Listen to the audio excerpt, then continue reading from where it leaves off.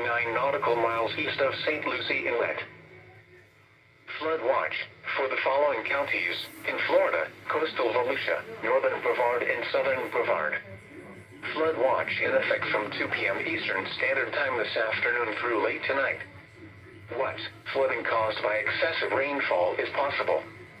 Where? A portion of east central Florida, including the following areas: coastal Volusia, Indian River, northern Brevard, and southern Brevard. When? From 2 p.m. Eastern Standard Time this afternoon through late tonight.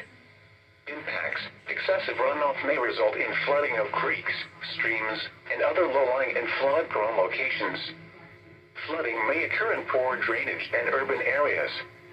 Additional details: http://www.weather.gov/safety/.